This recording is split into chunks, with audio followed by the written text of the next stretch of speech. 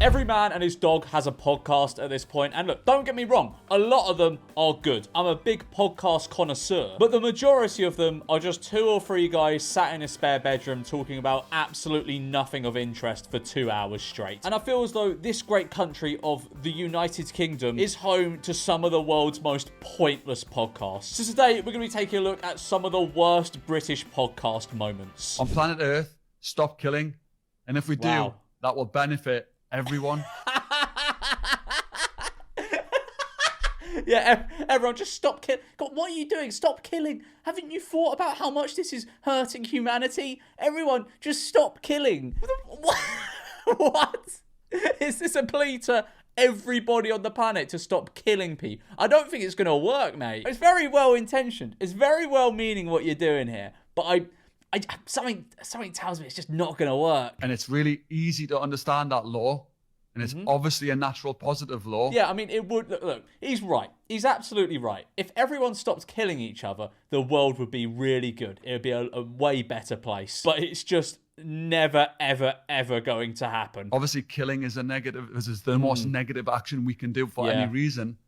You know what I mean? So everyone, for 1 year, let's stop killing everyone. Okay, all right.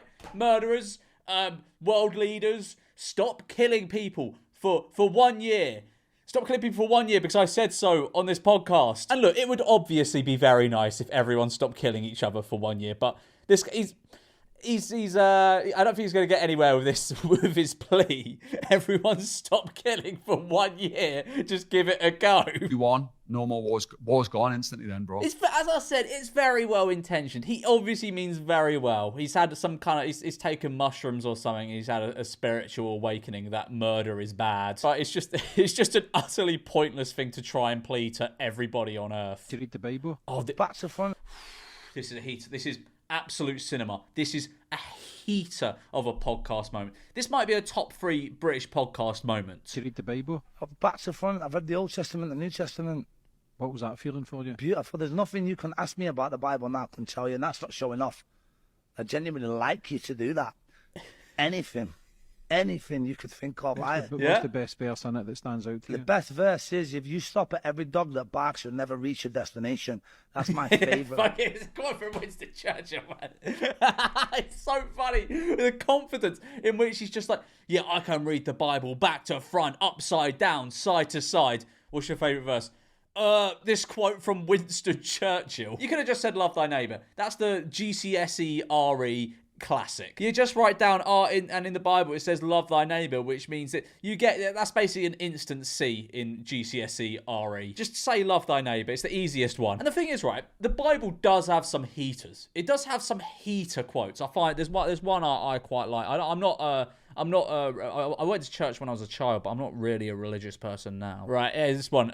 John 8:7. He who is without sin cast the first stone. I think that's a heater. There's a load of good heaters that stand out in the Bible. I don't know why he went for something that is so obviously not in the Bible. Verse, because it's basically about you don't stop at every dog that barks because you'll never reach your destination. Really, mate? Really? Is that what it means? I don't think that explanation was necessary, I'm going to be honest. I feel as though the quote is pretty self-explanatory. Oh my god. Oh my god. Okay, right. I know we're not rating these podcast clips. But 10. This clip is a 10 out of... This might be the best podcast clip. Absolutely lost the plot. Like, I got 2 American Bully XLs.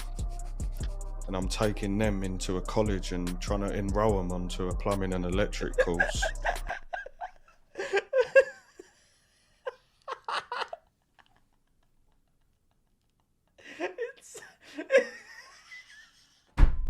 He's trying to roll his XL bullies into a fucking level 2 plumbing course. Trying to enrol the dogs on the course. Yeah, well, I've just... Where's whoever's edited this? I'm guessing this is the podcast, the Talking Trace. I don't know. But I'm guessing whoever's edited this has put a fucking AI-generated picture of an XL bully on like some kind of Dino throne. I've lost the plot. Yeah. Did you have any support, Tom? Absolutely. What do you think, mate? What do you think he had any support? What do you think? But yeah, that is maybe my favourite podcast clip of all time. It's fucking outstanding. Oh, Graft Kings. I'm a big Graft Kings fan. I want my missus to be stush. I want it to be a bitch, bro. I don't want it to be friendly, do you know what I mean? Yeah, bruv, yeah. I want it to come up to me like, you're Mr. Bear friendly. Yeah, Or bruv. come up to me and be like, you're Mr. fucking bitch. I'm like, yeah. Yeah, good. bruv. I saw your bird out. She was bare rude. Good. Yeah, bear. Good. They're rude. That's good, bruv. She's not rude to me. She's rude to you, man. Yeah. Yeah, brother. Around in yours. Yeah, brother. God, it's my goal. It's my goal in life to be on the Graft Kings podcast. I want to be considered a Graft King. It's such, every clip I see come from this podcast is just like who's watching this fucking podcast? I don't understand. You want the grade on my test? Yeah. That's fine. But do you want my Saturday morning where I did 2 hours of revision? Nah, bruv. Nah. 2 hours of revision. Nah, 2 hours of revision. Bruv, that's like fucking a film. That's like a whole film, bruv. What? Whereas you went out on a Friday night with your friends and then had a life. Yeah. Like, if I could do what you do, that'd be quite fun, probably. But I wouldn't be able to enjoy it. Yeah. Because that's what needs to be done on Saturday morning. Fair enough, mate. Fair enough. You enjoy your revision and your good career in the future. I'm going to enjoy going out on a Friday night, chugging away on Lost Marys and drinking loads of beer. At least that's what I assume, 18-year-olds do now. I'm 27 years old. In my A-levels, I was the guy. In biology and psychology, I was the guy that, if no one else put their hand up, I knew I knew the answer, but I was going to wait. I was going to give the rest of the class a chance to answer the question before I put my hand up. And when I looked around and saw that nobody knew the answer, I'd put my hand up and answer it, right? I was the guy. I was the guy that other students would ask. He's gassing himself up about his question answering ability in class. I was that guy, man. I was that Don. I'd be the one that would know the answer to every question in biology. The answer is before they asked the teacher. That was the levels, right? And I remember the fucking high testosterone, high status feeling I had when, like, some girl from behind me asked me, like, what's this? Like, Joel, can you come explain this theory? I'm like, oh, man, that high testosterone feeling when a girl asks you to explain a theory. That high testosterone feeling when a girl behind you asks you to explain a chemical compound. like, yes, I can. And that was all from the work that 15, 16-year-old Joel did in lockdown when no one gave a fuck about him, right? I mean, well done. Well done on getting triple A stars. Well done. That's a massive achievement. But what on earth are you on about? This is what your work was leading up to. The high testosterone feeling of a girl in your class asking you to help her out with her work. But bless him. Bless him. The Open-Minded podcast is one that comes up on my TikTok quite a lot. The guys who are on it seem really, really nice. I don't want to sound like I am sort of making fun of them, but I think they're nice. Don't want to upset them. I once did rock, paper, scissors against Tony Adams, and I went rock, paper, scissors. He was going rock, paper, scissors, shoot. So obviously, like we finished, we showed our things at different times. So every time. It's such a boring story. What the most boring story? Basically, every time he went like rock, I was one. Wow! Every time I see this clip, it makes me fucking laugh so hard. And the thing is, I see it probably every few months go up on my TikTok or Instagram or something. Oh, it's just that might be an all-timer podcast clip, like right below the XL bully one. Okay, no, I've got a statement to make. Another classic, another classic. Okay, no, I've got a statement to make here. If you do Marbella right, you're calm. Like, don't get me wrong. Anywhere. Their average clubs are nowhere near as good. You can go anywhere.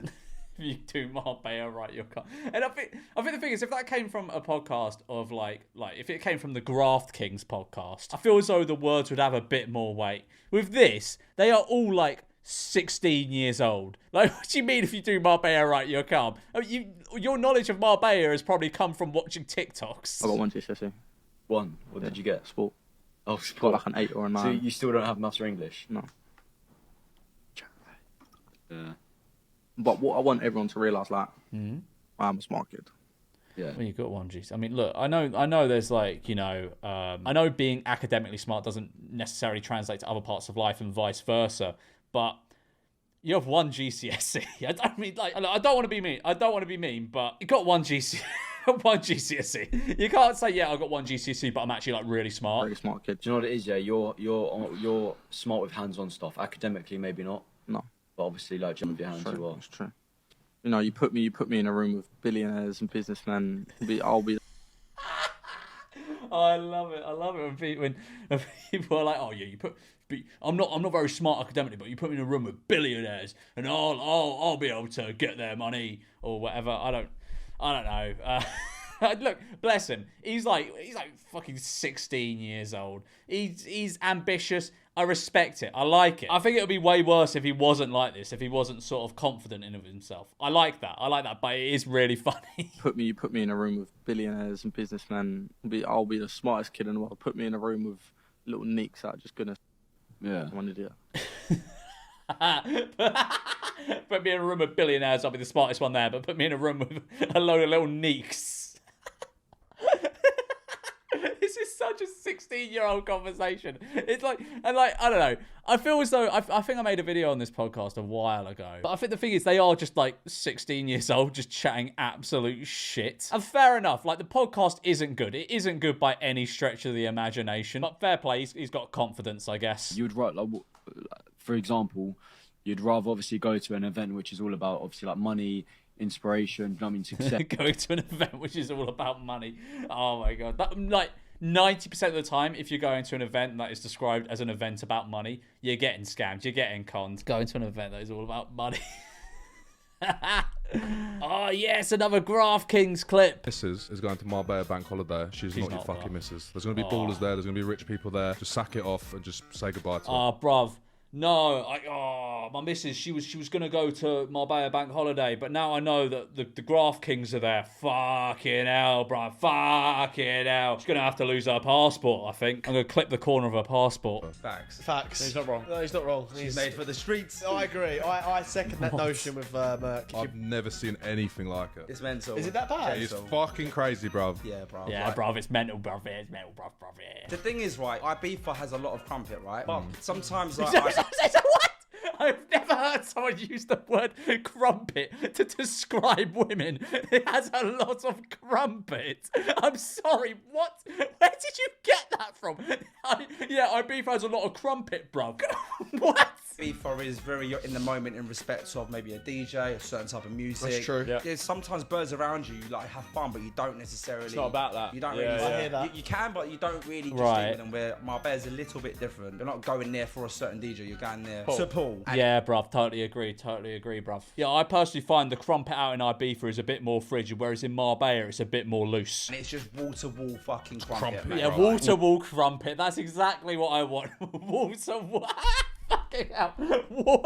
Wall-to-wall crumpet. Like good crump, nice Good toes things. crumpet. No. Fucking hell. Who listens to this shit? Who goes, oh, good. I don't know what day their podcast comes out. Who goes, oh, good.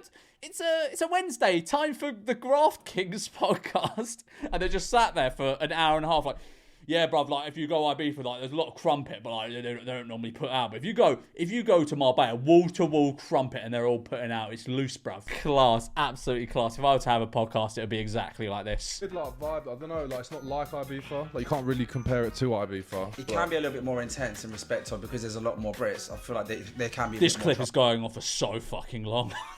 This is such a long clip. Oh yeah, I can See imagine. that? Yeah. If you're looking for it, you will find it in Marbella. I feel like security is a lot higher there. You can go to Ibiza and go in the middle of a schwa and have it off and not give a fuck with your boys, as you know, or with your girls. But Marbella is a little bit different to that. I mean, some people still go there for that, but it's very just flash what. If All Bar One were a podcast, it would be this. Like, there is nothing being said that is of interest whatsoever. The only interesting thing he said was the word crumpet. That is the only interesting thing about this clip. And I'm gonna look. How long are these podcast episodes? I'm gonna try and find it on Spotify. Oh, they're less than an hour normally. But still, like 50 minutes of this sort of chat. Oh my days. Drink like birds, like that's all it is. Kettles everywhere, bro. And that's all birds are looking Kettles for everywhere, is to jump bruv. onto the best tables. Mental.